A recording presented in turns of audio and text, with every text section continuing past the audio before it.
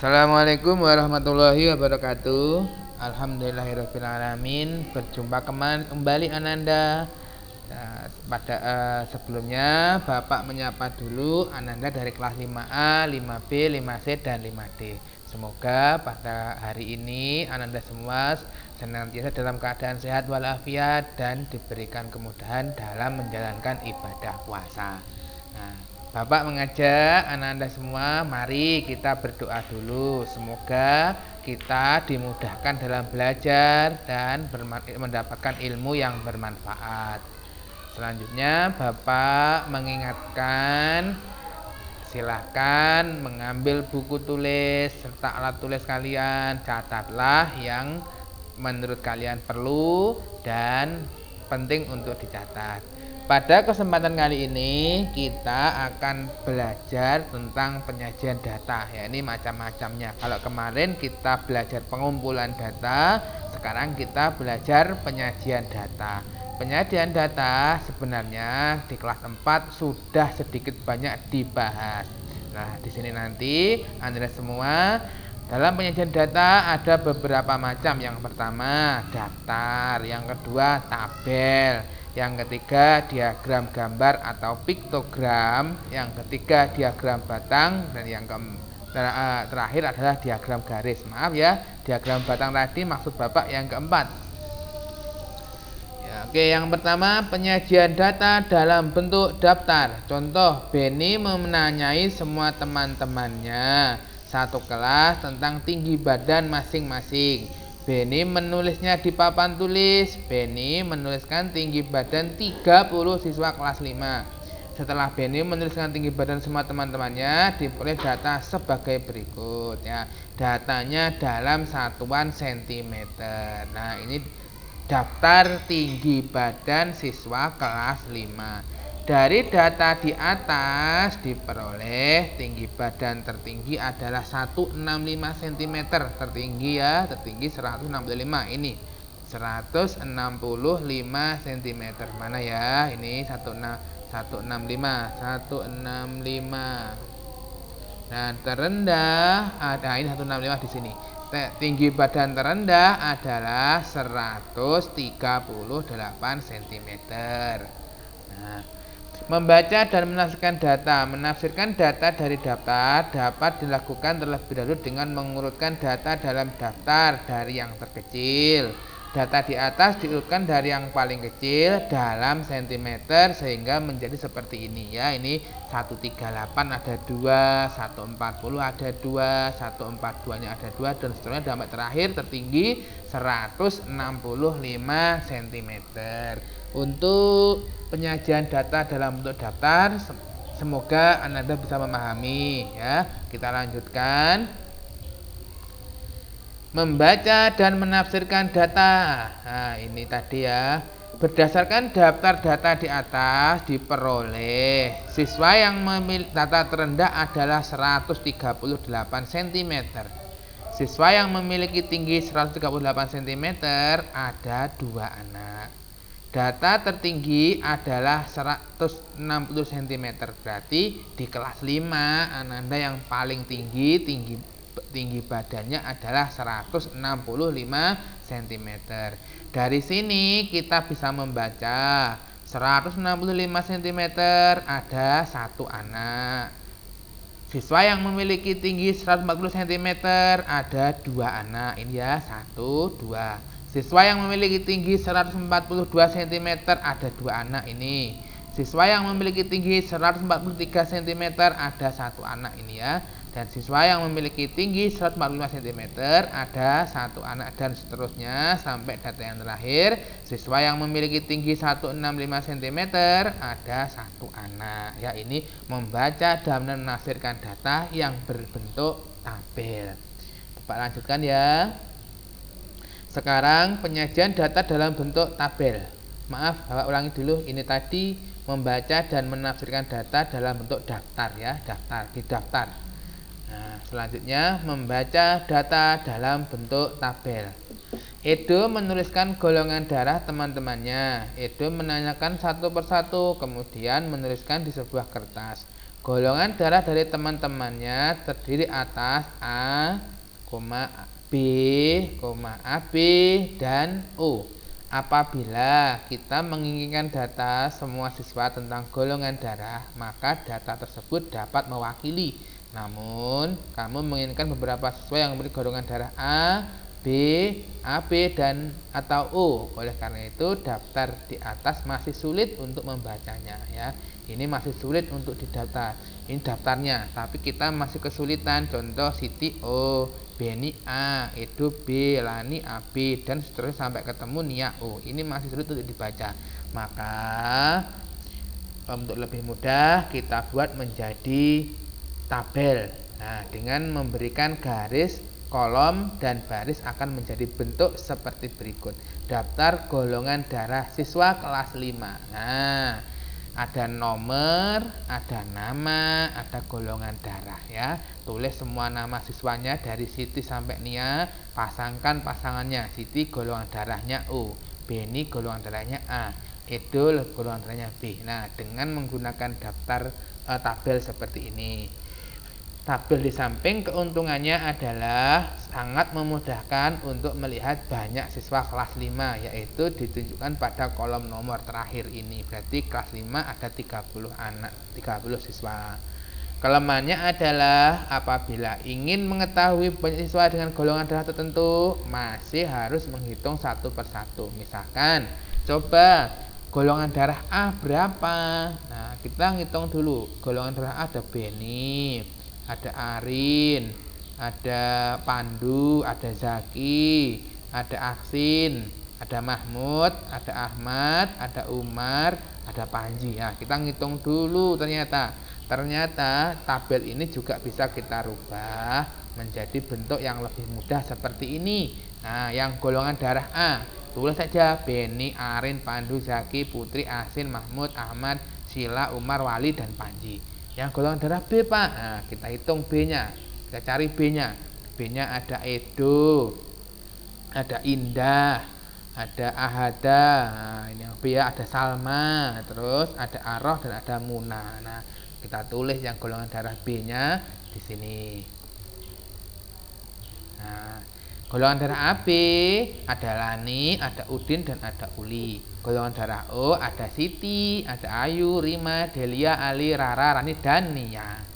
Ini memudahkan kita kalau kita ingin tahu berapa anak dengan golongan darah A, B, AB, dan O, serta nama-nama anak atau siswanya. Berdasarkan tabel di atas, kamu sangat mudah melihat siapa saja yang memiliki golongan darah A, AB, AB, dan O.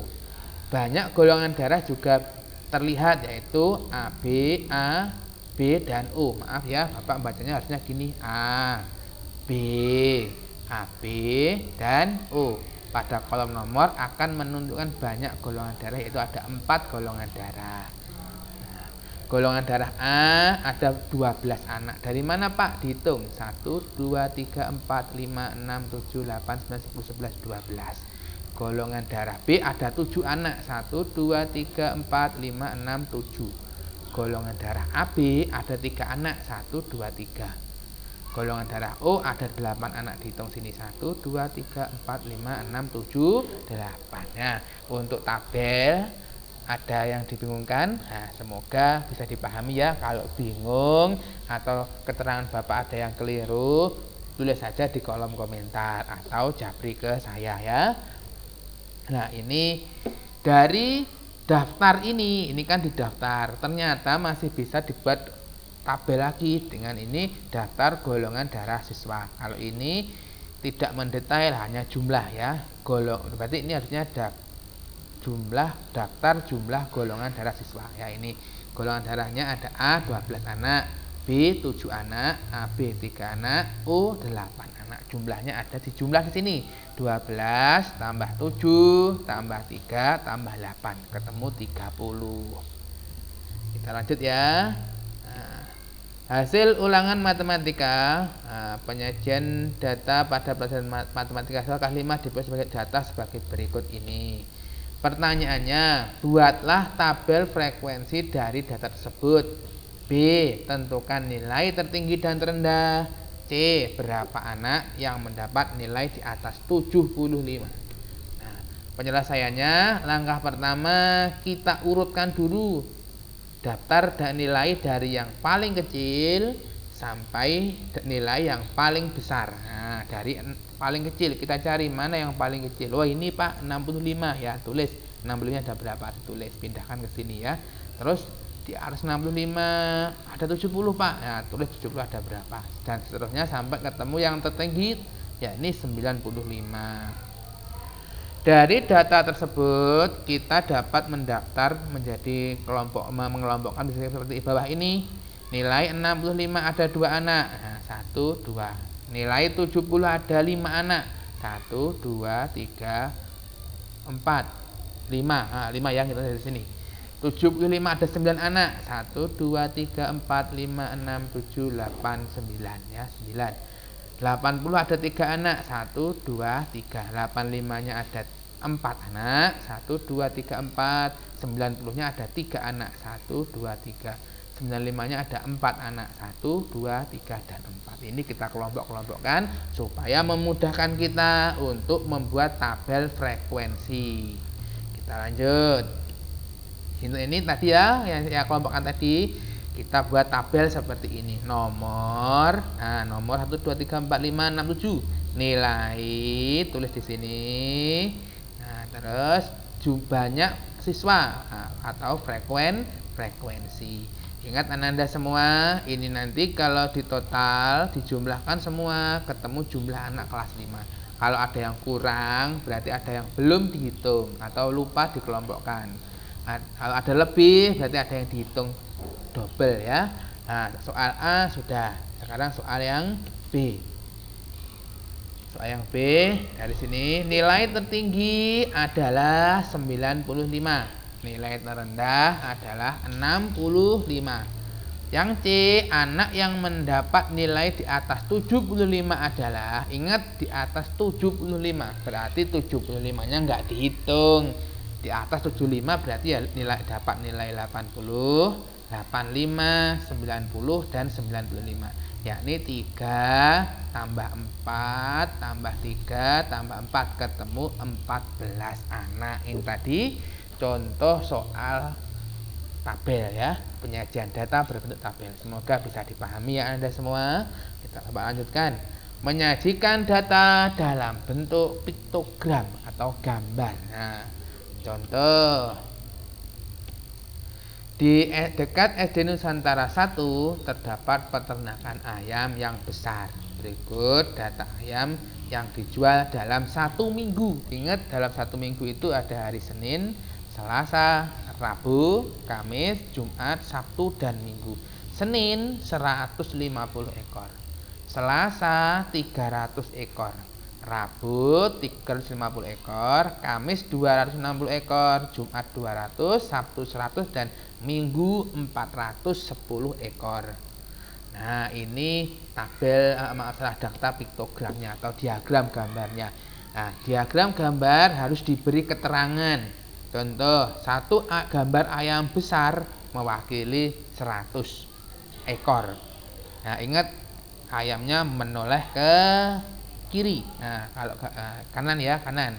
Ini kalau ayamnya tanggung menolehnya ke kiri mewakili 50 ekor. Ya, yang paling kecil ini mewakili 10 ekor. Nah, Senin ada 150 berarti ya 100 tambah 50. Satu ayam besar tambah satu ayam tanggung. Ini 150. Selasa ada 300 berarti kita cari yang paling ringkas yakni 3 ayam besar. Nah, 300. Pak, boleh enggak 6 ayam tanggung? Boleh, tapi kita cari yang paling ringkas ya, yang paling sederhana yakni 3 ayam besar. Rabu ada 350 ekor, berarti ya 3 ayam besar tambah 1 ayam tanggung, 350. Pak, Kamis ada 260 Pak, gimana ini Pak? 260, 200-an berarti 2 ayam besar tambah 60 berarti ya 50 tambah 10 berarti ya 200. ayam besar ditambah 1 ayam tanggung ditambah 1 gambar ayam kecil. Jumat ada 200 berarti 2 ayam besar. Sabtu ada 100 berarti ya 1 ayam besar. Minggu ada 410 berarti ya 4 ayam besar tambah 1 ayam kecil. Ini adalah penjelasan tentang diagram gambar atau piktogram. Nah, saya lanjutkan ya. Menyajikan data dengan diagram batang. Nah, diagram batang itu Dayu mencatat profesi semua orang tua di kelas 5 SD Nusantara 1.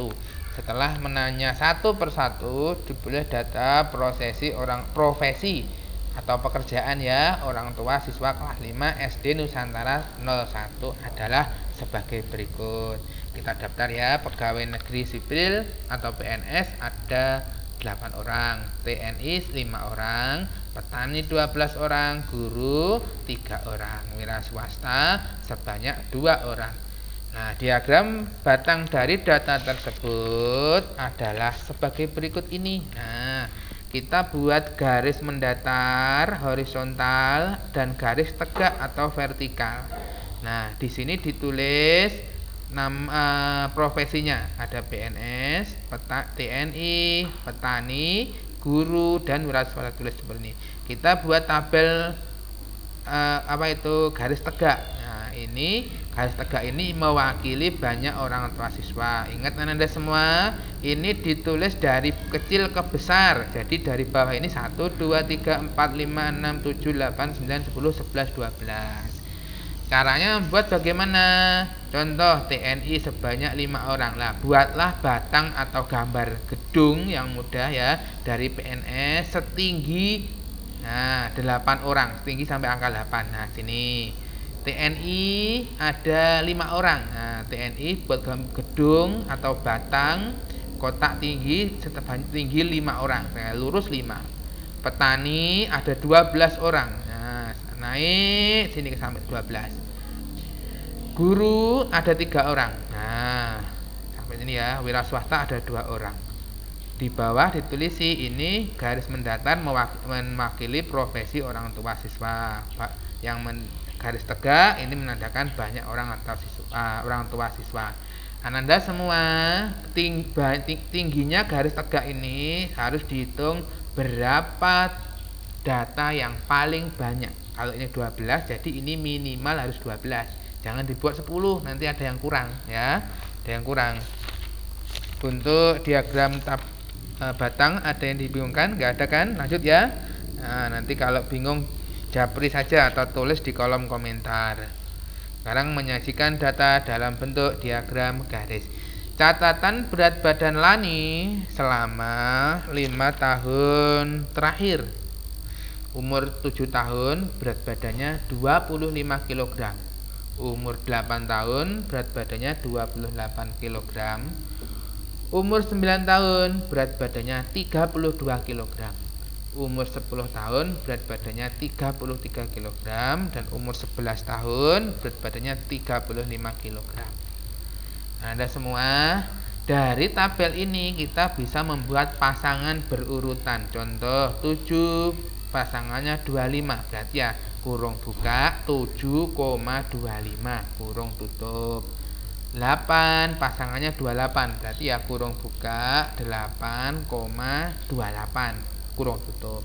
9 pasangannya 32, berarti ya 9, kurung buka 32 kurung tutup. Sampai terakhir 11 pasangannya 35 kurung buka 11,35 kurung tutup. Nah, dari ini kita bisa membuat langkah-langkah menyusun diagram garis. Yang pertama, membuat garis horizontal atau mendatar. Garis horizontal biasanya kan untuk waktu, pada contoh di atas. Garis horizontal diisi umur siswa. Garis vertikal, membuat garis vertikal. Garis vertikal pada contoh di atas diisi dengan berat badan siswa. Buatlah titik-titik pasangan antara umur berat badan. Misalnya 7,25. Hubungkan titik-titik dengan garis sehingga, nah ini contohnya ya. Nah, ini garis mendatar. Nah, isilah dengan menggunakan diisi dengan apa ini umur siswa ya, 7, 8, 9, 10, 11. Pak, tanya Pak, ini harusnya dari 0 karena untuk mempermudah dan menyingkat penggambaran ini kita beri garis. Nah, ini berarti tidak harus dari 0, tapi ingat selalu dari yang paling kecil. 7, 8, 9, 10 dan 11. Garis tegak atau garis vertikal ini menandakan berat badan dari 0 ya, cuman ini kita beri seperti ini untuk meringkas dari kecil dulu 25, 26, 27, 28 dan terakhir 35. Tingginya garis vertikal harus kita lihat pasangannya berat badan yang paling banyak ya, jangan sampai ada yang kurang. Sehingga perkembangan berat badan Benny dapat disajikan dalam diagram garis sebagai berikut. Nah, ini 7 pasangannya 25. 7 tarik garis naik lurus 25. Berarti di sini 7 titik ini adalah 7,25. 8 pasangannya 28. Tarik garis naik ke sini lurusnya 28 ya. Ini titik di sini. 9 pasangannya 32. Tarik garis naik ke sini. Nah, ini 9,32. 10 pasangannya 33. Tarik garis naik titik di sini. Ya, ini 10,33. 11,35. Tarik garis naik lurus sampai 35. Dah, siap sampai sini. Nah, Anda semua dari 5 titik ini hubungkan dengan garis merah ini ya. Dihubungkan 1, 2, 3, 4, 5. Ini garis merah. Inilah yang dinamakan dengan diagram garis. Nah, sampai sini Ananda semuanya semoga bisa memahami. Kalau ada yang belum paham, tulis di kolom komentar. Jangan japri ke saya. Jangan lupa ya Ananda semuanya, tulis nama dan kelas kalian pada kolom komentar supaya Bapak Ibu guru wali kelas mudah untuk melihat siapa yang sudah menyimak dan siapa yang belum menyimak. Untuk lebih memahami, mari Ananda semuanya silahkan dibuka buku LKS-nya, kerjakan Ayo Berlatih 1 halaman 51 sampai dengan halaman 52 ya, itu ada 10 pertanyaan, silahkan dikerjakan. Nah, untuk kesempatan hari ini ada kurang lebihnya Bapak mohon maaf. Billahi taufiq wal hidayah. Wassalamualaikum warahmatullahi wabarakatuh.